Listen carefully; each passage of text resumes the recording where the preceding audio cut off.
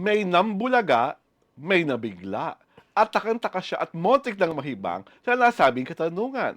Ito po si Alwin Ignacio, The Diva That You Love. Kasama ko aking kumaring ultra maldita. Hi, this is Alex Brosas. Eto na nga, Mare. Ikwento mo nga muna ang napanood natin sa X kung saan ang mahusay na alkalde ng Pasig City, si Vico Soto, ay may isang matandang aling nagtanong, di ba? Yeah, oo. Mm. Parang Vico was in a van. Tapos, Yes. naka-open yung window. Tapos parang may ali na Lumapit. Oo, lumapit. Biglang lumapit siya. Parang, sabi niya, parang she mentioned Aga. Mm. Tapos, parang yung anak daw. Pero, she failed to mention the name of the anak. Mm. Parang jowa, Mm. parang ganon. Parang ang summation is, parang pinalalabas niya na jowa ni Vico, Mayor Vico, yung anak ni Aga na si Atasha. Oo. Oh. Gulat na gulat siya eh. Oh, Doon sa kitang-kita. video, kitang-kita eh. Mm. Talagang he was so surprised. Kaya lang, he has to be polite. Kasi Mm. nga, di ba, una-una, matanda na yung nagsabi. Pero talagang kitang-kita mo yung pagkabigla. Mm. Parang saan galing to? Parang Oo, ganon. di ba? Parang so, takang-taka siya kung bakit may ganong May ganung issue Mm-mm. na actually, if you are going to look at other showbiz entertainment sites in YouTube, lalong-lalo na yung mga walang host, yung nakakarinig ka lang ng voice-over, pinapalabas sa isang rekwang YT sites na si Atasha Mulak nga raw at si Vico Soto ay in a relationship. At talagang pagkaka-state nila sa kanilang mga reportage as a matter of fact. Oo. Talaga? Pinapalabas talaga nilang magjowa na si Atash at si Vico. And what's more, as the many stories progress, may nagsasabi pa ng iba doon sa mga YT channels to na hindi reality show, na di umano si Atasha Mulak ay in a very interesting stage. At si Vico Soto ang may dahilan kung bakit nasa interesting stage si Atasha.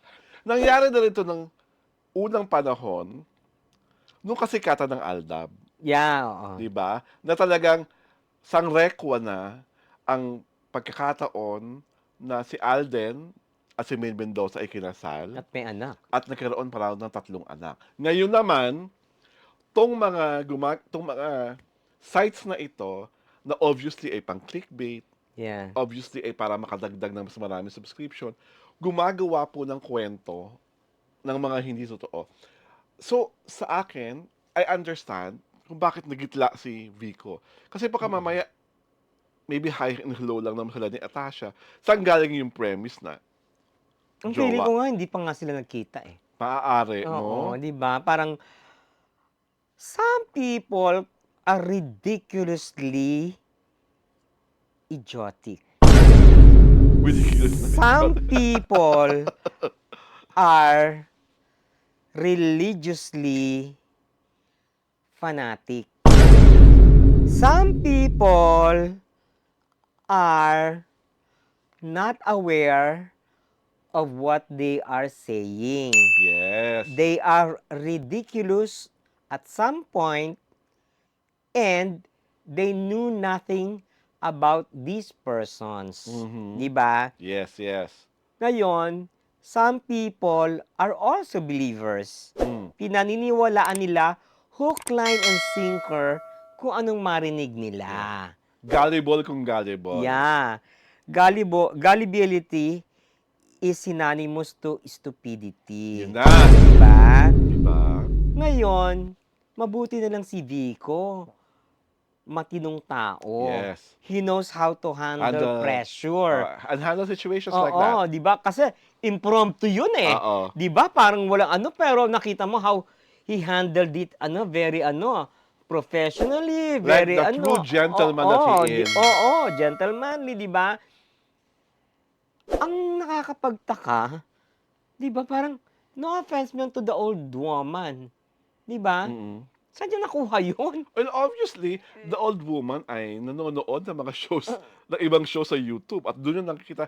Kasi sa totoo lang po, wala kayong mababasa sa mga tabloid or sa broadsheet na nagsasabing there's something going on kay Vico at kay Atasha.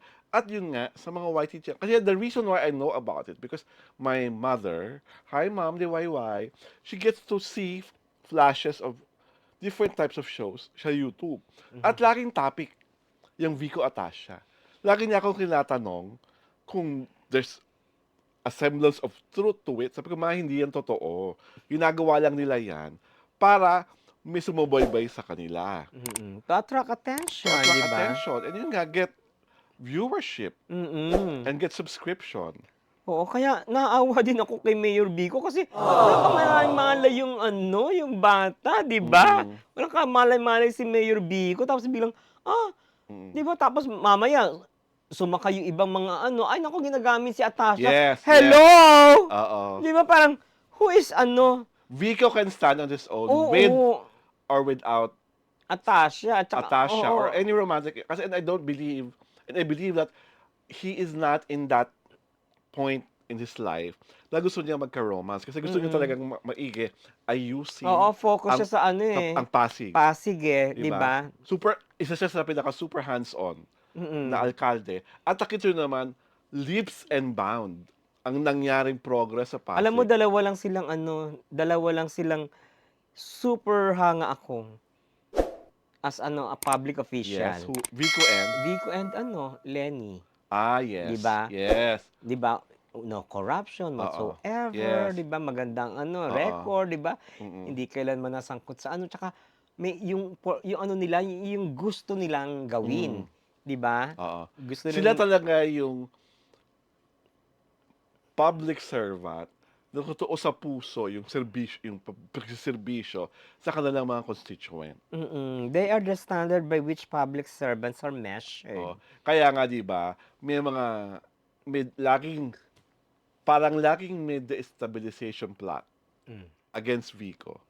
Parang oo, laging may sinosogang kalaban, laging may intrigang binabato, lalo na political intrigues. mm. Mas malala po ang intriga sa politika, Yeah. 'di Tsaka ba? hindi, very very matalino si Vico. Yes. 'Di ba, he knows how to parry off yung mga ganyan. Yes. Tsaka he is very believable, Yes. very Oo. credible, 'di ba? Napakataas ng trust ratings niya sa mga tao Mm. sa kanyang paligid. Yeah. And if we are not even going to intrigue, in the in the event in the event that a Vico Atasio romance manifests Hmm. in the nearest or farthest future, siguro talagang dapat mangyari yon. It should be perfect. 'Di ba? Siguro talagang Mm. nakatadhana. Pero wag tayong mag-imbento ng mga kwentong hindi appropriate. Ayon ni Urbano, Aray ko! 'di ba? Sino ba si Urbano? Parang pinasisikat mo siya. My God! Yaya, who is Urbano? Basta saliksikin niyo na lang. Ay!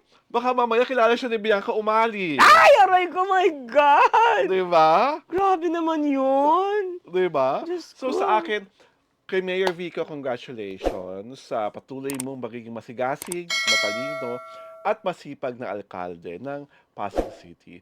At talaga, in the farthest or nearest future, in case you plan to run for a higher office, sigurado ka ame dito sa City Show na maraming susuporta sa Oh, iyo. mananalo siya. He's a winnable personality. Yes, yes, yes. Diba?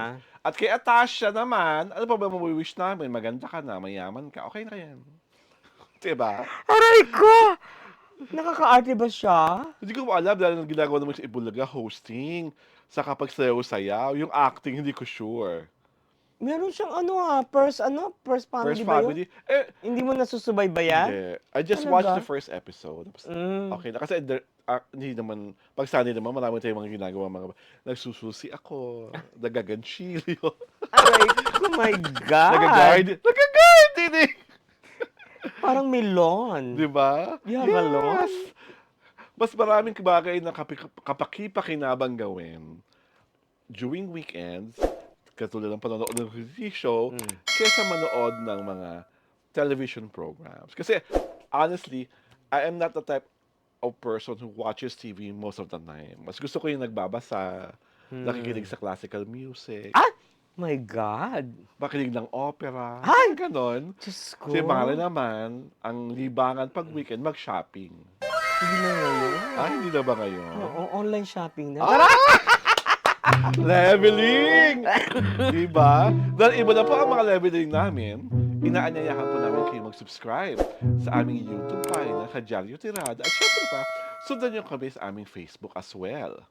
Ang The Kitty Show po ay napapalabas, pinatanghal, tuwing Sabado at Linggo, alas 4 ng hapon. Ito po si Alwin Ignacio, the liver that you love. Kasama ko ang aking kumaring Ultra Maldita. Hi, this is Alex Brosas. Ito po ang The Kitty Show, ang tayo na talakayin Showbiz Edition. Magandang linggo po sa ating lahat.